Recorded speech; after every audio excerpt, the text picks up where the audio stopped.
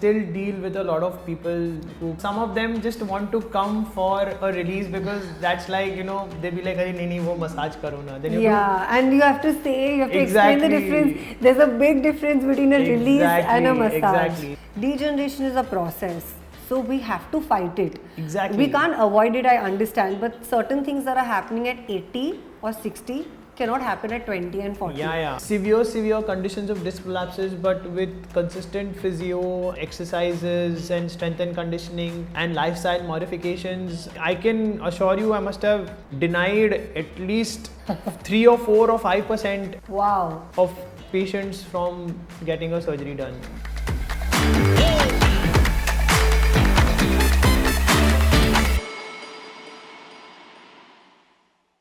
Unfortunately, it's a very common belief that physiotherapy is all about massage therapy or a few exercises here and there.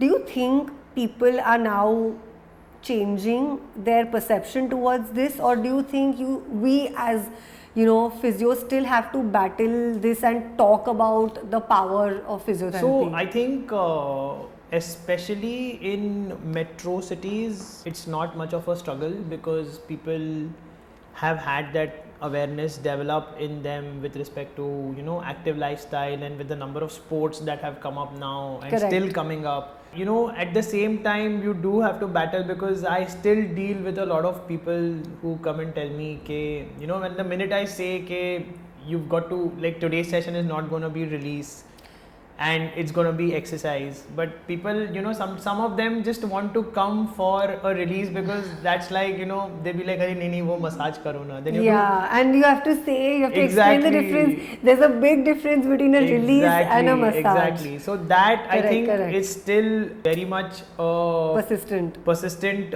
scene to sort of work with where physios have to sit and explain to the patient the difference between what spa massages versus what deep tissue massages versus what a release from a physio does. Myofascial release. Exactly. Besides just the deep tissue or the release work, we do a lot of other techniques also. There's manipulations, there's mobilizations, there's mulligans.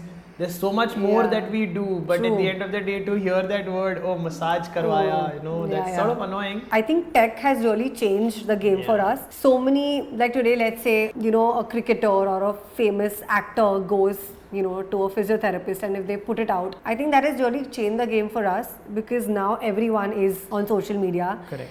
And now people are really knowing it, talking about it, because back then when I started with home visits, I was treating someone, they would get a call and they would just be like, exercise wali ghar pe aayi hai, massage wali ghar pe aayi hai, and you are like 5 years you've studied and you've done so many things, you've done workshops, and this is not what you want to be. I mean, no offense to their profession. I think we really need to talk about this, and I think right now especially, Akshay, don't you think it's the need of the hour? Because as we discussed before the shoot, so many young people with chronic neck pain and back pain just because of the desk job life, sitting in one position, and because of the repetitive stress on the spine, I feel it's more than ever needed because you need to go to your physio. Even if you don't have one, even if you don't have a problem right now, you might have a problem when you're 40, 50, 60 because the changes are going to start happening. Correct. Only you will notice when it's gone really bad.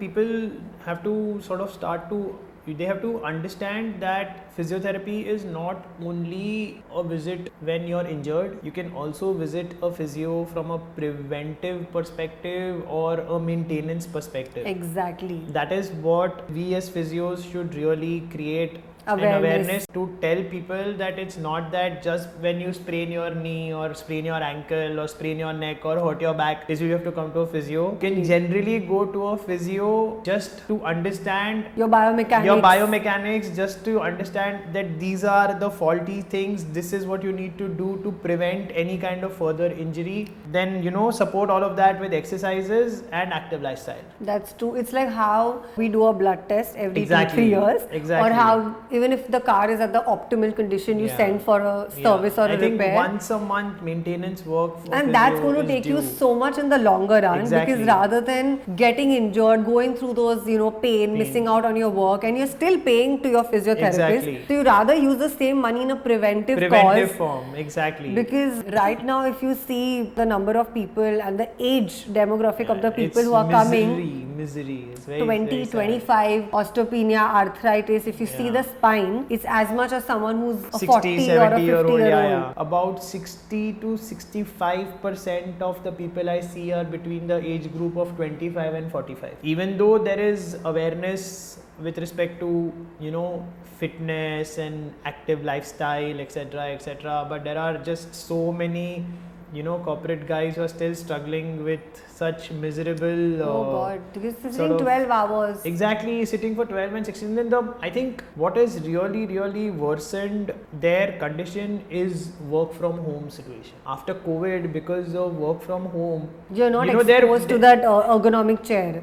not even the ergonomic chair, you know, people have started working from their beds. Okay, like lying down and just Yeah, slouching. working from their and- beds, working from the sofa, Oh my working God. on the floor. So, you know, it's just that the amount of sitting has gone up so much, and the postures that people have started taking Developing. because of work from home. When you're in the office, you know you have set hours of work. Work from home, work is never ending. So, you know, Correct. people are working from 7 in the morning to like 10, 11, 12, 1, 2 in Yes, the night, yes, and then yes. again waking up 7 in the morning, and then consistently sitting, not Yes. taking enough breaks, not moving.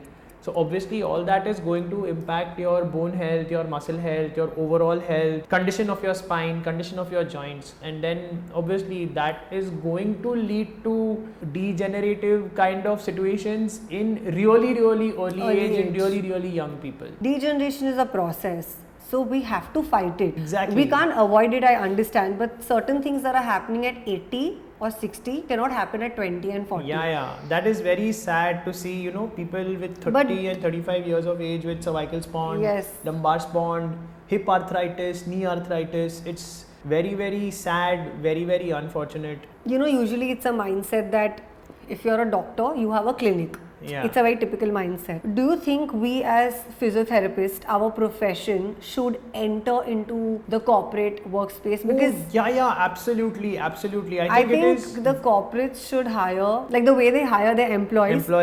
hire a physiotherapist, and what happens, because the corporate is paying the physio, the employee is not paying. So even if I have a 2 on 10 pain, even like a very generic pain, I don't mind taking that 1 10-minute quick session with the physiotherapist, and the physio will quickly just assign everything. Okay, the posture is not correct, this is not correct. It's going to really help, as you mentioned, from those long-term perspective. And also there are so many people who go to the gym. You know, there's a common, I've seen a lot of videos that if you have to do 12 repetitions, okay, and you're on the 8th and you cannot do it at all, you know, either yourself or some trainer is going to push you that, come on, do it. And that is the time I feel like you really need to know when you have to push yourself, when there is pain, when there's not pain, is there soreness, is there discomfort. So there is a very thin line between following some YouTube video or going to a trainer who's probably not medically and anatomically aware. You know, people know, I'm sorry to say, but people know 4-5 muscles.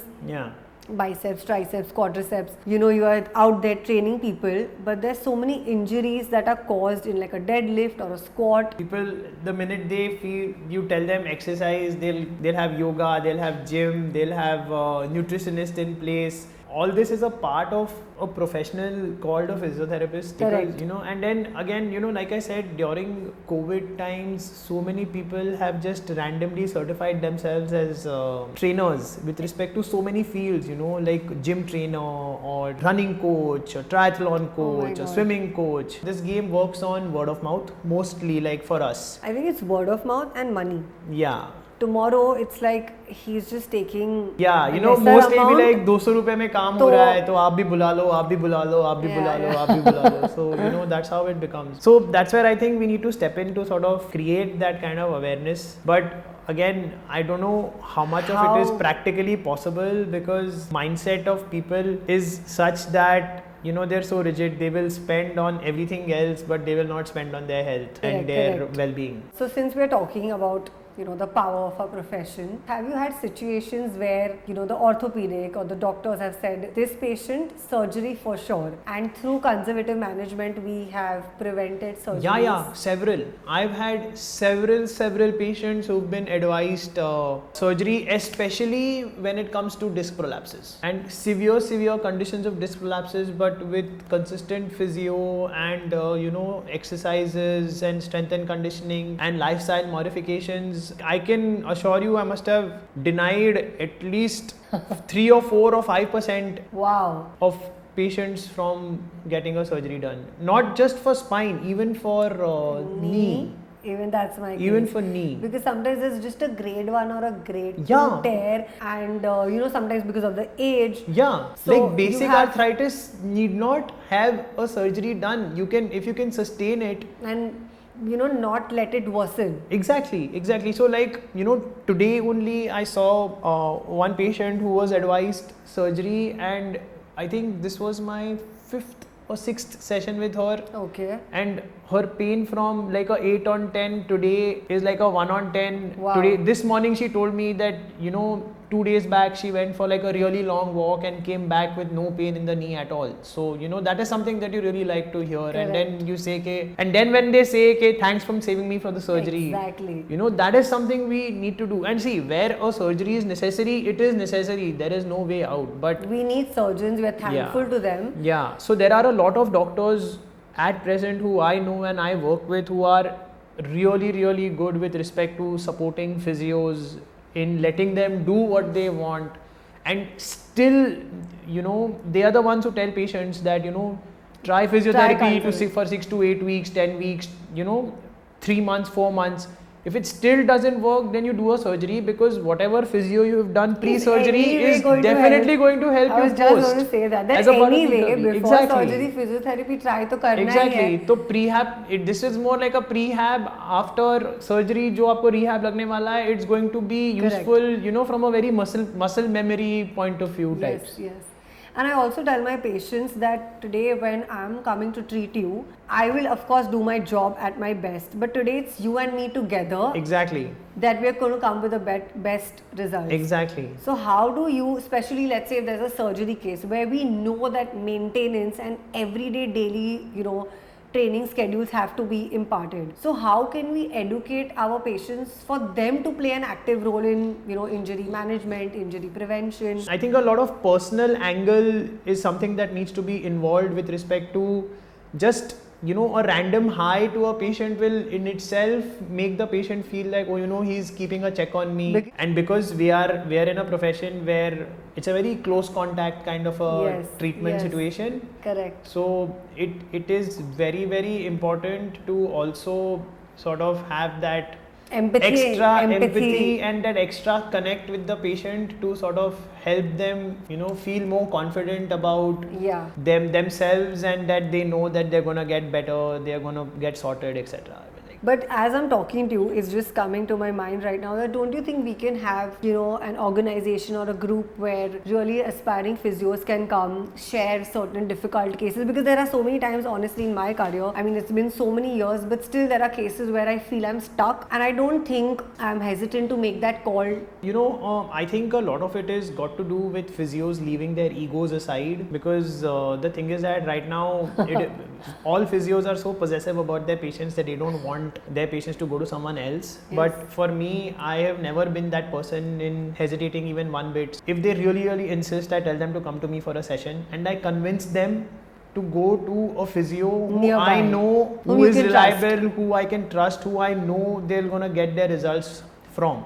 Correct. So for me, I have never ever sort of thought from a very selfish point of view that नहीं मेरा patient है, मेरे पास आया है, very, तो very क्यों noble. मैं किसी और के पास भेजूँ? No. Yes. And even for that matter, I always tell my patients, even if you don't come to me, it's fine.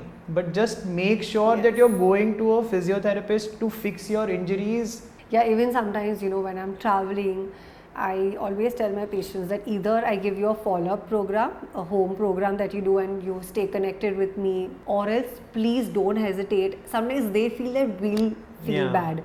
So please don't hesitate. Go to someone. Exactly. Go to someone that works for you. Exactly. But my aim is that you should get better. Whether you get better from me, from you, from a third person. Yeah, absolutely. That's. But this, this mindset is something that physios should really start considering and don't you think by doing this, we are helping our profession? Actually, we are fighting against each other, but we are letting our own profession down. Exactly. That's the thing. The egos that come into play between or amongst physios in itself not allowing the profession to grow or allowing the profession to sort of flourish. Moving to a little easy fun topic, we know that you've been attached and associated once with a HRX brand, and I just also happen to know that you are the physiotherapist for Hrithik Roshan sir, and this is all for the fans. Any inside story or a funny story that you can share with us? One of my patients referred me to Pinky Roshan. Okay. Not even Pinky Roshan, actually Pinky Roshan's father. Okay. So he was a very famous director. His name was J. Om Prakash. Okay. So he was a 85, 86-year-old guy with lots of health issues and a lot of ailments. So I used to go to him for general strengthening, like basic, very basic stuff. Okay. Like so much so that all I used to do for him some days was to just take him to the park, make him walk there. Some mobility. Yeah, some mobility. Then play on those kids ka swing, etc., etc. So he used to really, really have fun. And then one fine day when I was there, Pinky Roshan ended up coming, and then she saw how I am handling her father, and she was quite impressed. Then she had frozen shoulder. It's always a challenging case for the patient. Exactly. So she called me saying that, "Arey beta, mera shoulder hai. Please, can you fix it?" So I started going to her. Then I started treating Rakesh sir for his lower back and for his knee. One fine day, I think it was in August of 2015, where Hrithik was shooting for Kabul, and he was doing one action sequence, and I think he was seeing some other physio at that point of time, and that physio wasn't available on that day. So Pinky ma'am called Hrithik and said that I'm sending my physio to you. Okay. You try him out once. If it works for you, great. If it doesn't work for you, then at least तुझे momentarily कुछ तो होगा, so you can because he had a very bad shoulder injury at that time. I get a call at 9:30 saying Pinky ma'am called me and saying that right now go to Film City. So I was like, ma'am, what happened? She's like, my son is shooting over there. She gave me his Man Friday's number and said कि इनके साथ contact कर and see where you have to go. Just go see him because he is in grave pain and he has to, and it was a night shoot. So I reached Film City at 11 and he was in the middle of a shot, so that shot took 45 minutes, and 11:45 he came and he was like literally couldn't even lift his shoulder that much, and then he's like, he and saw you did your magic. He saw my face, he's like, he had that expression के mummy ने किसको भेजा है, ये कर पाएगा या नहीं कर पाएगा, because those were young days for us also. Yes. But then I assessed his shoulder in detail. I sort of ended up releasing everything, and then he raised his shoulder. He had no pain, and he went through with the shoot at night. So, and then next day he called me from his personal number saying that, bro, you're a game changer. I need you to work with me. Wow. So since then I have been working with him. So from 2015 to till date, it's been a long journey. It's what ethics in you, and your honesty towards your profession has taken you. Yeah. So for me, I have never till date said that a physio has done anything wrong in terms of helping a patient with recovery. Correct. Maybe the speed of recovery could be faster. Last but not the least, what advice you would want to give to our young, inspiring physiotherapists? Probably they want to do something on their own, whether they want to go into sports, whether they want to go into peds. But what is your message for the physio professional team? I think one simple and very easy way to be a great physio is to not run behind money and maintain quality of work and be honest and be transparent to your profession and to your patients and to your work. I think it always pays off. Just keep working hard and be on the right track. Don't run behind money. In Three Idiots, Amir Khan says, excellence के पीछे भागो, success खुद झक मार के पीछे आएगा. I had such a nice chat with you. It was so insightful. So thank you, Akshay, for coming. Thank you for doing this. It means so much to me. Thank you for calling, and I'm so sorry for not able to make it for the last 2 times. It's okay because it had to be so much worth it that I had to strive for it, but it's completely fine. And I really feel through this podcast and through this conversation, not only physios and medicos, but even non-medical Non-medical. people, I really hope they benefit from this.